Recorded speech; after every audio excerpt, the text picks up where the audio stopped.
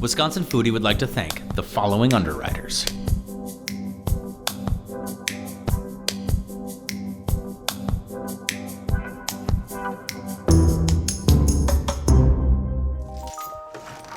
All right, come on, boys. Go ahead. Go ahead, baby. I'll get Max. Thank you. All right, Max, let's get in. All right, we are headed to the farm. It's gonna be another full day of working, getting eaten up by mosquitoes, and fun. This is like my almost everyday routine. Get up, give my wife kisses, and then see how much my body will sweat for the day. We are arriving, it's technically the Mequon Nature Preserve, but this is the Fondy Farm incubator program. So there's 40 acres here and about 24 families. So I know we don't have hydraulics. We are driving on gravel, but this is the farm. So we're plot 2 and 3. So my name is Marty Scales. My wife, Amy Scales, and I, we farm this 2 acres at the Fondy Farm incubator program. This is Scales Farm. When the group gets here, I started to weed the peppers here. Okay. We're a high-density, all-natural farm. Our intention is to grow as much as we can in this small space, but grow at above organic standards. So a day in the life for me, coming to the farm is usually waking up earlier than I want to, stressing about, okay, what has to be done today? Has anything died? And did we get any rain? Going to the farm, doing the crop walk usually first thing, and looking at how things are going, and then just getting to it. You know, I usually have a plan, like I want to get something planted, I want to get something weeded, I need to get this tilled. I usually have a list that's way too long and too big for me to ever accomplish in that day. Careful, Maxie. I have some onions, then I have some squash behind me, some peas that are done. I have cabbage. I finished my garlic and my onions. Then I have peppers, beets, some greens, a few cucumbers. Waltham squash is actually starting to fruit finally. So there's butternut. We have butternut coming up. When I was really young, I wanted to be a musician. I found a teacher that taught me piano. I thought I was going to go to college and be a pianist. Then I got into a terrible crowd, got into drinking and drugs right out of high school, ended up going to prison. Coming out of prison, doing work to keep people out of prison, and then getting into farming. I think all of those experiences prepared me for doing this work. But I want more people of color to see people of color farming out in the country. And I want to bust that door open and break down some of the fears around that, and also have my people and people that look like me to get a new, renewed, and healthy relationship with growing food, because there's hundreds of years of generational trauma that we as a country hasn't even begun to reckon with. But we want to actually empower people to do the work now. The country will follow. What I'm trying to be today, right, and for the rest of my life, is the father, the uncle, the community member, the positive black role model that I needed when I was a youth. Ready? Get set, go! I'm gonna win!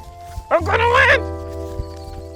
So my mission is really to give as many of the black and brown youth specifically, but not exclusively, but specifically because the access is so rare, give them that access to me as a human, to this space, and giving them the opportunity to possibly cultivate seeds that they haven't had the opportunity to do that in the city. What to say about my wife, Amy? For one, she's just a beautiful spirit. Amy is a very special individual. She encouraged me when I came into the room and said, hey, I'm gonna be a farmer. And she said, oh, you don't have no farming experience. Okay, you should probably learn how to do that first. But that's her response to most of the things when I say, okay, I feel I'm called. She's like, oh, here we go again. We on another roller coaster. Amy does pretty much everything on the other side of the business. I do the manual labor here, but we also have an apothecary. You know, it's just at scalesfamilyfarm.com. We make all kinds of natural products as well. And Amy's the creative mind behind that, and also the one doing all the research. Amy runs most of all of that kind of stuff. When the season's done, then I'll be doing much more. But Amy, all those other things, Amy really runs all of those other things, you know. Being face-to-face with the customers is important. That's how you build a community. And we like discussing with the customers on Sundays, you know, talk about what they got last week. Our CSA shareholders, the ones that pick up at the market, we can talk about what may be coming up as well. We do the Deer District Market, which is right outside the Fiserv Forum. Bucks did their thing this year, so, you know, bring some more pride to Milwaukee. And that's a new market, and it's awesome for us. We usually just bring our canned items and some of our apothecary stuff there. If it was a good produce year, you know, we would have been bringing produce, but it is not a good produce year. We are at the Deer District, downtown, right outside the Fiserv Forum.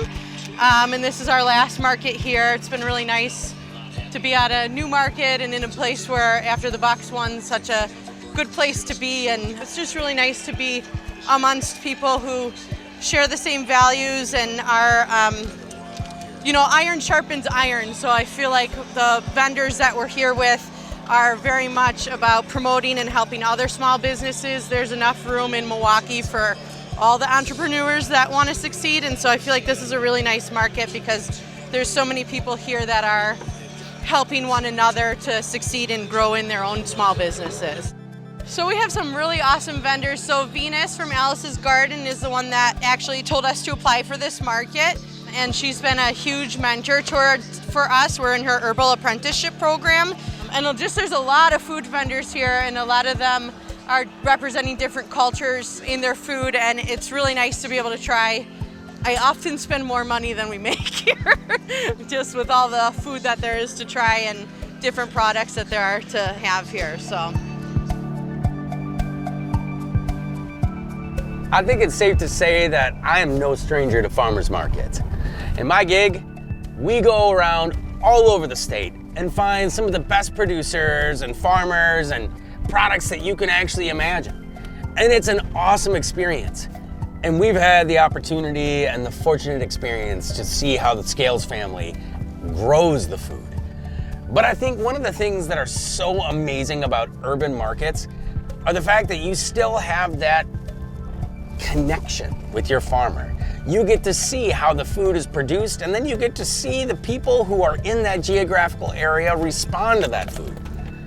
So, we're gonna head on over to a night market tonight, and we are gonna watch how this all unfolds to better understand that in some parts of the state, local isn't defined by simply looking out your window. You gotta go out and look for it. Amy, what's up? Hey, Hi. It's good to see you. You too. Thank you so much. Yeah. What a place to be able to sell what you do. Yes, yeah. This has been a really nice market for us and a really nice time to meet some new customers that are not normally in our customer base. How important is it for you as a farming family to be able to connect with the people who buy and eat your food?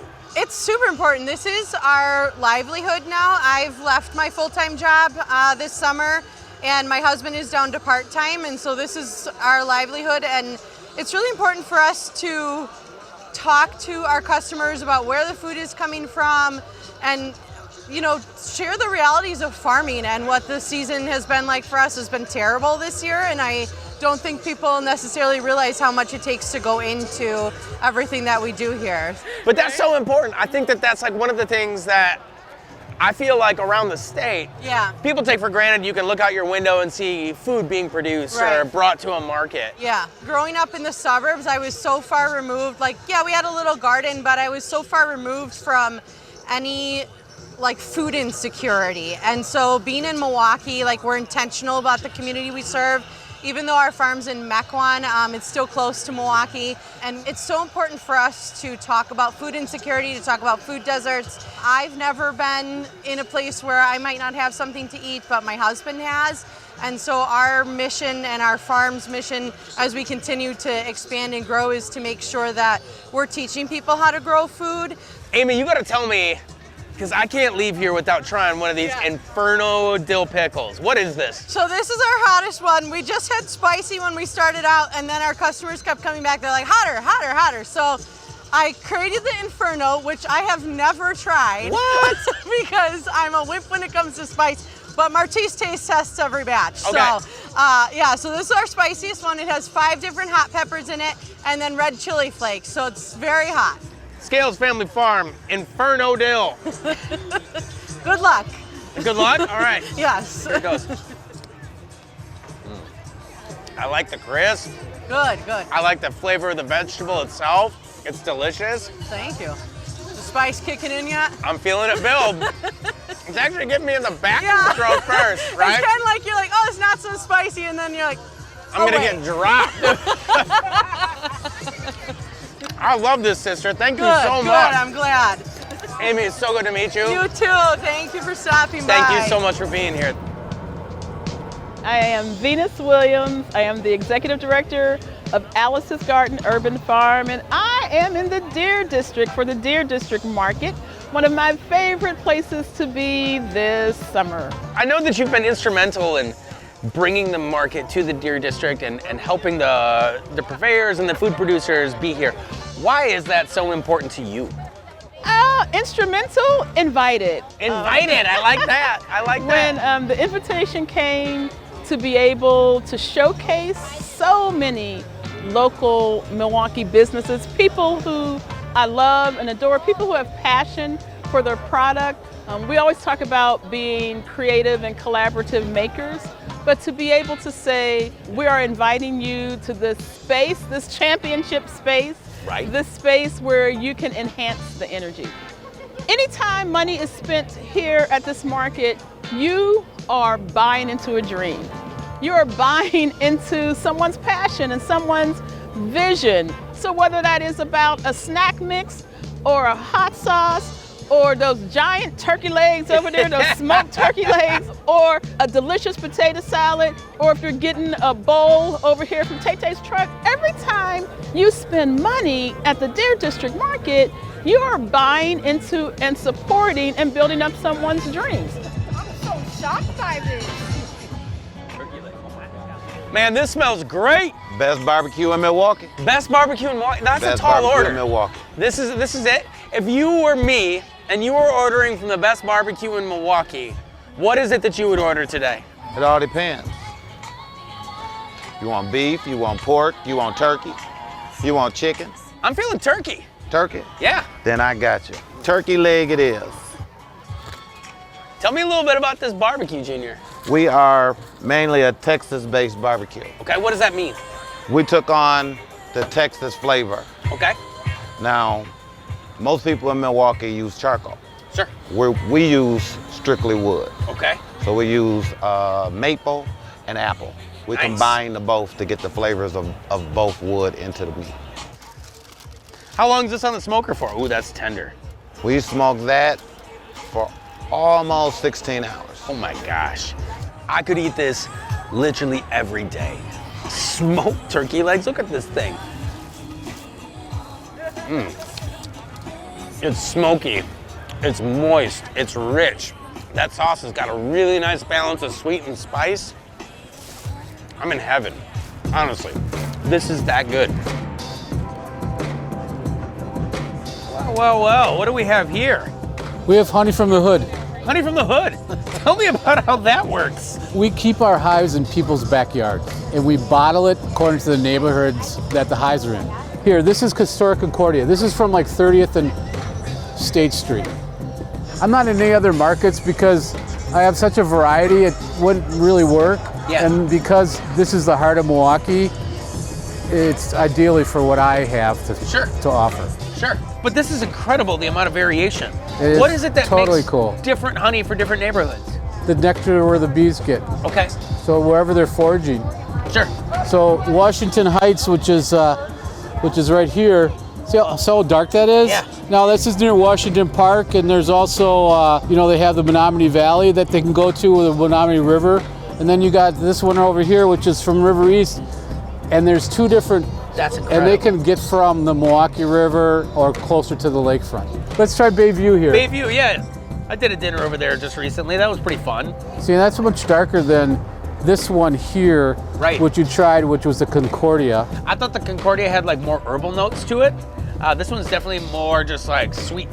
Jerry, this is really important work, actually. You know, keeping pollinators moving, alive, fed. I'm earning my carbon credits. Yes, you are, indeed. Thank you for doing that and doing it in the most delicious way possible. Pleasure. Thanks a lot, Jerry. Have a good night. Wow. I don't have much room left, but this comes highly praised. You came to the right place for your last little bit of room. Okay, awesome. Tell me about Empress. What is Empress? Are you the Empress? I'm the Empress. Yes. Even though that sounds a little full of myself. That's okay. I don't know, I guess I just kind of want to hug everybody all the time, and this is a more socially acceptable way to do that. So, what is the hallmark of the Empress Peanut Butter Dreamboat? It's kind of a magic chemistry experiment. I don't really know how it works because there's no flour in it, and something magical happens between the peanut butter and the eggs, and it just becomes this great cookie. There's a whole marshmallow in the middle of the cookie dough ball before I bake it, so it's real gooey. Oh my God. Look at this thing. Look at the pull on that.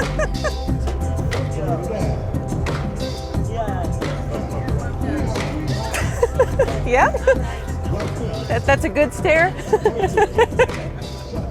Oh my gosh. The consistency though is like the thing that's just killing me. It's like chewy. You can see the pull apart texture. So there's almost like a gumminess that's involved in it. It tastes like nothing baked I've ever had before.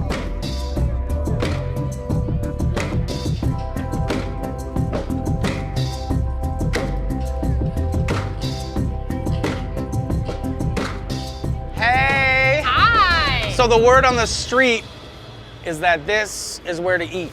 That is facts. 100% factual. I'm Luke. Alexa, nice to meet you, Luke. Nice to meet you, Alexa. So what is Meat on the Street?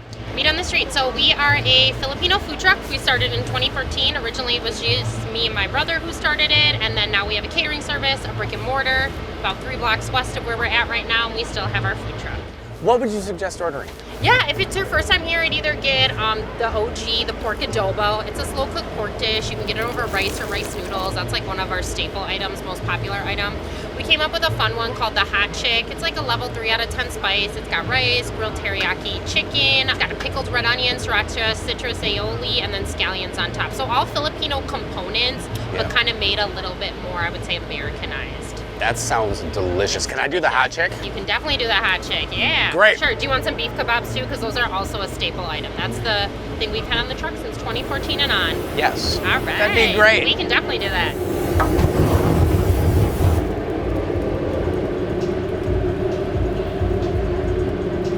All right, here you go. Thank Enjoy. you. Thank you so much. I can't wait. This is amazing, and it's really nice to be able to meet you. Nice to officially meet you too. Thanks for stopping by the truck. Thanks for having me. Awesome.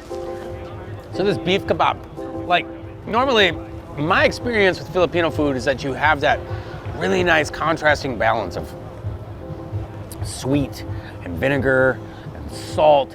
That sour really plays in. And this is surprising because it's actually sweeter than I anticipated. It's delicious.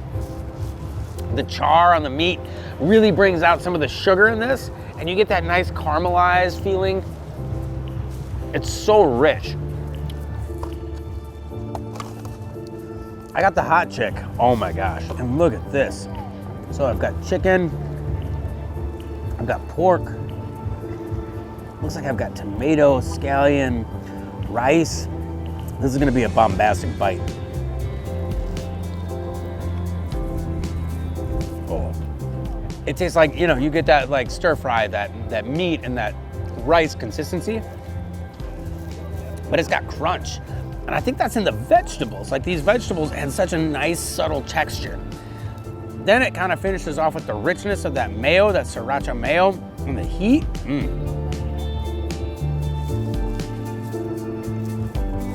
This is where it's at. Oh my gosh, I need a little bit of sweetness at the end of this, and I heard this is the place. You have come to the right place, sir. Let me offer you a sample of my Emmanuels mix. I take corn, rice, cereal, pretzels, mammoth pecans. I put an irresistible coating on it. This is our new spicy. Would you like to try it? I would. I could become addicted to this. Yes, many have said that, sir. Many have become addicted. You got the crunch, you got the sweet. There's a little hint of spice in there too. Yeah.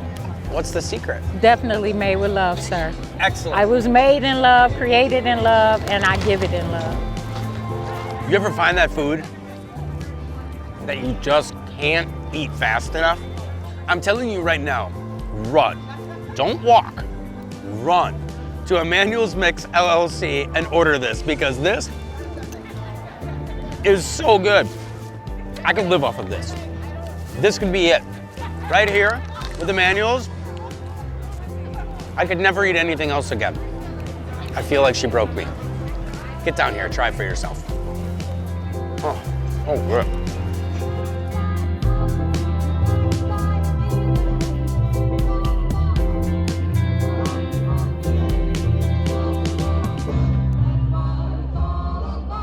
That's great. And tell me, That wire, hide that little wire. Yeah. Oh, okay.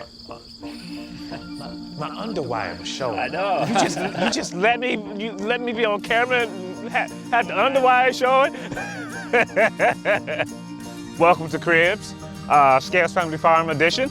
Here we have a one-story, 17,000 square foot cabin, equipped with a beautiful grill and a sink that does not work. We bought this for our boys to encourage them to want to spend time out here. It was very expensive, and they don't use it.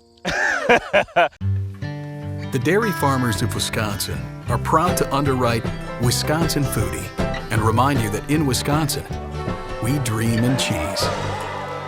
Just look for our badge. It's on everything we make. At Organic Valley, our cows make milk with just a few simple ingredients: sun, soil, rain, and grass, and grass, and grass. Yeehaw! Organic Valley grass milk. Organic milk from 100% grass-fed cows. Employee-owned New Glarus Brewing Company has been brewing and bottling beer for their friends only in Wisconsin since 1993. Just a short drive from Madison, come visit Swissconsin and see where your beer's made. Wisconsin's great outdoors has something for everyone. Come for the adventure, stay for the memories. Go wild in Wisconsin. To build your adventure, visit dnr.wi.gov. With additional support coming from The Conscious Carnivore. From local animal sourcing to on-site, high-quality butchering and packaging, The Conscious Carnivore can ensure organically raised, grass-fed, and healthy meats through its small group of local farmers. The Conscious Carnivore. Know your farmer, love your butcher. Additional support from the following underwriters.